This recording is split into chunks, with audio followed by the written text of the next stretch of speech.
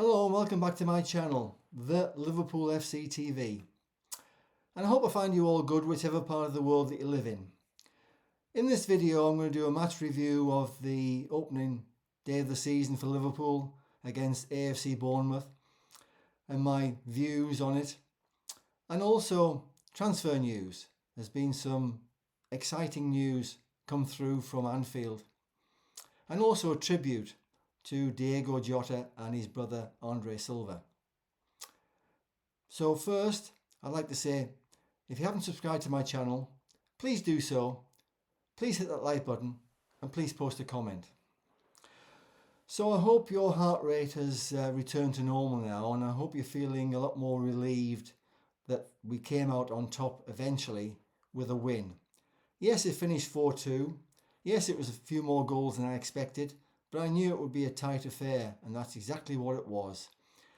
Liverpool started out brightly, but Bournemouth were very defensive. In fact, I thought they were quite physical at times, and I thought the referee was a bit lenient. He only issued one yellow card to a Bournemouth player, when I think there should have been a few more in the game. Having said that, we did score in the first half. Ekitike took his chance really well. And in the second half, playing towards the Kop, yes, we started to play a bit better, pushing harder, and we made it 2-0. Cody Gakpo cut in from the left and sweetly put it into the corner. And from then on, I thought 2-0, yes, we're going to push on from here. But Bournemouth had other ideas. They started to attack Liverpool. They could see their vulnerability at the back, and they could see they were a bit fragile. I mean, both defenders, both fullbacks in defence were taken off. Kirkus, I thought, didn't have a very good game. He was found wanting again down that left-hand side. And also Frimpong, he was taken off because he was starting to get stretched down the left-hand side of the Bournemouth attack. So we brought on reinforcements, Endo and Robertson, to try and shore things up, but that didn't work because Bournemouth scored. Antoine Semenyo, I thought, had an outstanding game. He caused Liverpool no end of problems, and it was no surprise when he made it 2-2. But he ran half the length of the field. Nobody put a foot in. Nobody tried to close him down. We just backed off, and we gave him plenty of room to plant his shot past Alisson. So at 2-2, Bournemouth had their tails up.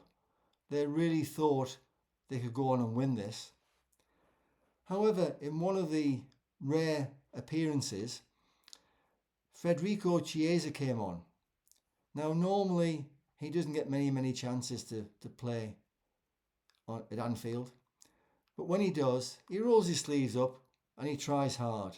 And he did so tonight. And lo and behold, he made it 3-2. Yes, the ball fell nicely to him, but he put it away with aplomb. And I thought he's going to become the unsung hero here. But no, Salah. Who else? Top of the charts on opening day of the season, scoring goals. He had 9 already and 14 assists. In the 90+4th minute, with his right foot, he scored, making it 4-2, and we were home and dry. So that's his 10th. And there's no other player in the English Premier League anywhere close to him. So that's another record he can keep. So my thoughts were our defence. We are crying out for a new centre-back. In the substitutions, I've got no qualms about Joe Gomez. He is a strong, steady defender. But when you have to bring somebody on like that to shore up your defence, you know you're in trouble. He went to right back and Endo went into the middle. Konate, he's found wanting. Kirkus, as I said already, I don't think he had a very good game against his former teammates. Semenyo had him well and truly dancing down that left wing, or left-hand side, I should say, of Liverpool's defence. And lo and behold, he got a yellow card. No surprises there. So we need a centre-back. And I know we're in talks with Crystal Palace, and I've said it before and I'll say it again. We need to sign Mark Gahey. The sooner the better. If there's a player valuation difference, then come on Liverpool, open your purse strings, dig a bit deeper and offer a bit more money. Come on, get him signed. Don't wait 12 months until he becomes a free agent. We need him now. Also up front, Ekitike played well. Salah, well, he's always gets closed down, but he was trying hard and so was Gakpo. But we need another striker. Okay, we're not going to pay 150 million or even 120 million for Alexander Isak. We should be going for a slightly less amount player who can score goals, because we need a backup now. We haven't got him. Nunes is gone. Diaz is gone. There's a gap there. So, yeah, we've got vulnerabilities. But then again, Ryan Gravenberch wasn't playing tonight. He was suspended. But he'll be back for the Newcastle game. And that's what we need. We need a little bit more solidity at the back. And we'll get that. Alexis McAllister, well, he's not fully fit again. He can't do 90 plus whatever minutes. And neither can Florian Wirtz. Yeah, he played well. But he was taken off because he looked tired. He needs match fitness. He needs a few more minutes into his legs to make him get through the full match. So all in all, we still lack depth in players. We need to keep looking. The transfer window is open till the 1st of September and we need to sign more players. So even though Arne Slot won't be sleeping too well this weekend, he's got a lot of problems on his mind. He's got to sort this out. He really needs to get Richard Hughes negotiating with teams and clubs to sign players that we need, the calibre that we need for our assault on the league, the Champions League and the FA and the Carabao Cups. One thing I'd like to say is the tribute to Diogo, Jota and Andre Silva. I thought it was magnificent. We got a minute's silence without any interruptions. First class. And when the crowd started singing You Never Walk Alone so vigorously and passionately, you could tell it was raw. It was still very, very raw. It was the first league match since we lost Diego and his brother Andre. So it was always going to be that type of match where people would remember. He won't be forgotten.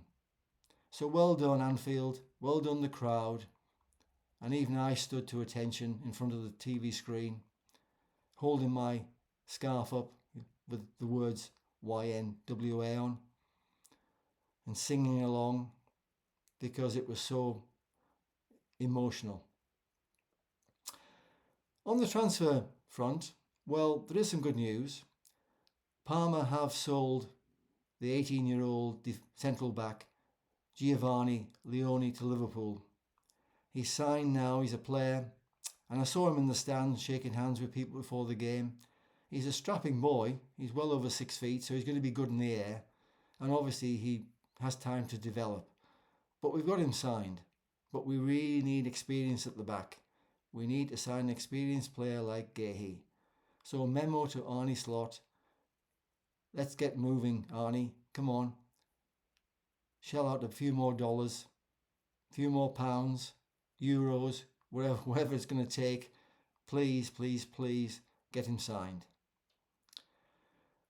Thank you for watching my video, but please tune into my next video, which will be the match preview of the Newcastle versus Liverpool game. That will be a hostile environment. The Newcastle supporters know that Liverpool want Alexander Isak, and with the saga that's been going on within the club, it's going to be momentous. So Liverpool have got to face that. Plus, Newcastle always want to beat Liverpool. And the games between both sides are always entertaining and plenty of goals and plenty of controversy. And that will be no different at St James's Park on a week on Monday night. So, tune in for that. And please, if you haven't subscribed to my channel, please do so. Please hit that like button and please post a comment. So, relax now that we're sitting on top of the league with 3 points for a few hours anyway until the rest of the games are played over the weekend. And take care and it's ta-ra from now from me.